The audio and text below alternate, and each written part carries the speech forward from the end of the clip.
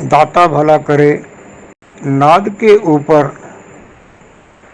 मैं बहुत सी ऑडियोज में सरल शब्दों में कम समय में कंसेप्ट को बहुत बार क्लियर कर चुका हूँ। फिर भी जो नए साधक मेरे साथ जुड़ रहे हैं, मेरी ऑडियोज को सुनते हैं, उनको मेरी बात अच्छी लगती है तो वो मुझसे संपर्क करते हैं और बात निकलती है कि मैं इतने समय से मेडिटेशन कर रहा हूँ या कर रही हूँ, थोड़ा समय हुआ है, सिमरन जाप शुरू किया, ध्यान भी लगा रहे हैं, हमारे कानों में आवाज़ आ रही है, ये हमें सोने नहीं देती। इसका मतलब ये हुआ कि उनको अभी शब्द धुन का ज्ञान किसी से मिला ही नहीं है। जो मैं अक्सर कहा करता हूँ, देखिए आप कहेंगे जो पुराने मेरे साथी जुड़े हुए हैं वो ये कहेंगे कि बाबा जी एक बात आप बार बार दोहराते हो। देखिए बात यह है कि जब बच्चे को स्कूल में वो बार बार याद करवाया जाता है, जैसे हमारा स्कूल मॉनिटर सामने खड़ा होता था और वो पहाड़ा याद कराता था, ऐसे जो पहाड़े उन्होंने याद कराए, 2 का, 3 का, 4 का, 5 का, और यहाँ तक बढ़ते बढ़ते जैसे जैसे हमारी क्लास बढ़ती गई वैसे वैसे हमारे पहाड़े भी बढ़ते गए। यानी फिर जब बच्चा प्राइमरी पास करता है ना, तब तक वो 19 का पहाड़ा भी जो है ना उसको भी जुबानी कैलकुलेट कर लेता है, परफेक्ट हो जाता है। और भक्ति मार्ग में परफेक्ट होना बहुत ज़रूरी है, यानी दीक्षा जिसको हम कहते हैं ना, दीक्षित होना बहुत ज़रूरी है। इसलिए मैं बार बार ये कहता हूँ, नए है वो कृपया इस बात को ध्यान से सुनिएगा ज़रूर कि सबसे पहले हमें परमात्मा को उसके किसी नाम से याद करना है, जप करना है। याद करना स्मरण करना कहते हैं, जप करते हैं और एक समय ऐसा आता है कि हमारे अंतर में जप अपने आप होने लगता है। ना तो हमें बोल के आवाज़ बाहर निकालनी पड़ती है और ना ही होंठ बंद करके अंतर में जुबान से जप करना पड़ता है। हमारे अंतर से जो है ना वो अपने आप हमें जप सुनाई देता है और इसको अजपा जप कहते हैं। अजपा का मतलब ना जपते हुए जप हो रहा है, ये दूसरी स्टेज की बात है। अजपा जप, जब अजपा जप होता है तो ये जो हमारा मन है उस अवस्था में टिका हुआ होता है, शांत होता है, भटकाता नहीं है। मन तब तक भटकाता है जब तक हम जप में अधूरे हैं। जप हमारा पका नहीं होता, लेकिन हम आंख बंद करके अंतर जप को सुनने की कोशिश करते हैं। जप तो सुनाई नहीं देता, लेकिन मन की शैतानियाँ जरूर विचलित करने लगती है। तो इसलिए पहली जो स्टेज है वो जप की है, और जप का जब कोटा पूरा हो गया तो अजपा जप शुरू हो गया। जब अजपा जप शुरू होता है तो उसके बाद नाद शुरू होता है, जिसको शब्द धुन भी कहा है, जिसको साउंड करंट भी कहा है, और जिसको एनर्जी भी कहा है, स्पिरिट भी कहा है। ये हमारे अंतर में जो सूक्ष्म तत्व हैं उनकी आवाज़ें हैं। जहाँ मैं फिर दोहरा रहा हूँ, पहले कह चुका हूँ, नए साधकों को समझने में आसानी हो इसलिए मैं इसकी फिर दोबारा जो है दोहरा ही कर रहा हूँ। जो माटी का तत्व है उसकी आवाज़ होती है टन की, जैसे घड़ियाल है, घंटी है, घुंघरू है। इनकी जो आवाज़ें हैं ये माटी के तत्व की आवाज़ें हैं, किसी रूप में भी साधक को सुनाई दे सकती हैं। यानी टन की आवाज़ जो है ये माटी के तत्व की आवाज़ है। इसके बाद जो अग्नि का तत्व है उसकी तुनकार की आवाज़ है, जैसे तुम्बा होता है, सितार होती है, तानपुरा होता है, ये अग्नि के तत्व की आवाज़ है। और जो वायु के तत्व की आवाज़ है और वो बांसुरी की आवाज़, हारमोनियम की आवाज़, चिड़ियों के चहकने की आवाज़, बीन की आवाज़, ये आंतरिक तत्वों की आवाज़ है। जो जल है, जल तत्व की अपनी कोई सीधी आवाज़ नहीं है, वो शांत है। कई बार जीव को बैठे हुए बिल्कुल शांति का अनुभव होता है, वो जल तत्व की आवाज़ है। लेकिन जल तत्व की आवाज़ गिनी जाती है जैसे पेड़ के पत्तों पे बारिश गिर रही है, जैसे ऊपर से झरना नीचे गिर रहा है, पानी की धरती से टकराने की आवाज़, और कल कल कहता हुआ पानी बह रहा है,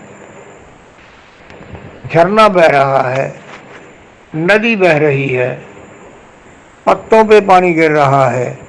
यानी ये जो आवाज़ें हैं ये जल तत्व की आवाज़ें हैं, ये आंतरिक नाद है। और इसी से ही जो प्रकृति के भीतर आवाज़ है, वो आवाज़ जो है ना, वो ये आंतरिक नाद बाहरी नाद से आवाज़ को हमारे सर के अंदर जो हमारा जंक्शन है ना, आत्मा को परमात्मा से मिलाने का जो जंक्शन है वो हमारा सर है। तो वो हमारे सर में जो है ना, वो पहले भांति भांति की आवाज़ें, फिर एक शांत स्थिर आवाज़ जिसमें बेचैनी नहीं होती है, मस्ती होती है, शांति होती है, वो आवाज़ सुनाई देती है।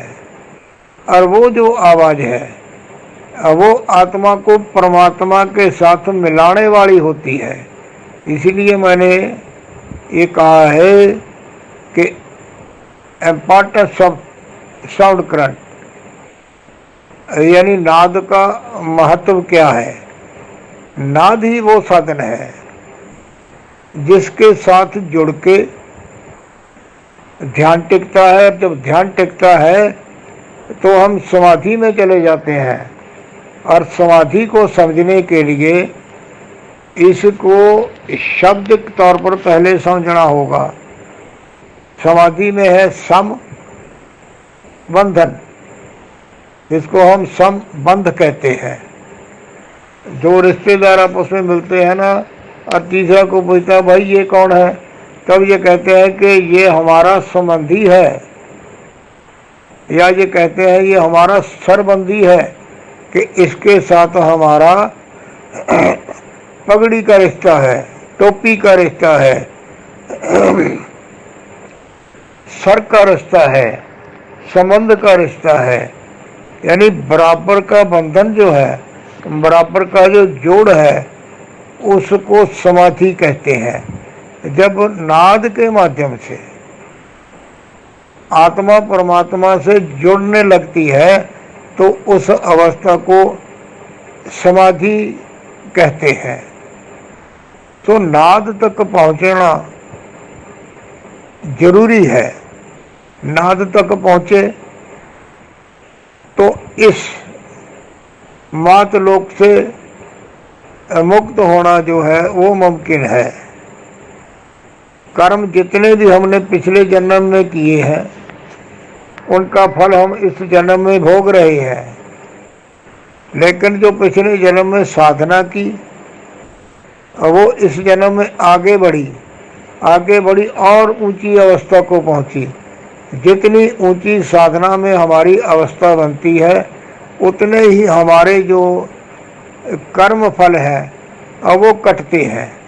यानी इस जन्म के बाद साधना करते हुए समाधि की अवस्था को प्राप्त किए हुए नाद के साथ जुड़े हुए साधक को मुक्त होना मुमकिन है। यानी कि नाद का इतना जबरदस्त महत्व है कि ये जीव को निर्भय बनाता है। निर्भय का मतलब ये है कि उसके अंतर से जो ये डर बिठाया जाता है कि मरने के बाद नरक में जाएंगे, यातनाएं मिलेंगी, ये निर्भयता जो है कि मैं तो परमात्मा के साथ जुड़ने वाले साधन के साथ मस्त रहता हूँ, जुड़ा हुआ रहता हूँ, तो उसके अंतर में ये डर खत्म हो जाता है। डर के भीतर समाये हुए साधक की भक्ति में प्रगति नहीं होती है। जब डर खत्म हो गया तो आनंद ही आनंद है। पुराने जमाने में लोग तीर्थ यात्रा पे जाया करते थे तो वो हजूम जुलूस इकट्ठ समूह की शक्ल में जाया करते थे कि कोई एक अकेला जाएगा तो उसको रास्ते में लुटेरे लूट लेंगे, वो डर रहता था। समूह में गए यानी किसी के साथ जुड़ के गए तो वो डर नहीं रहता था। तो जो साधक नाद के साथ जुड़ गया उसके अंतर से ये भय खत्म हो गया कि मेरे को अगले जन्म में फिर से अपने कर्मों का फल भोगना पड़ेगा, ये खत्म हो जाता है।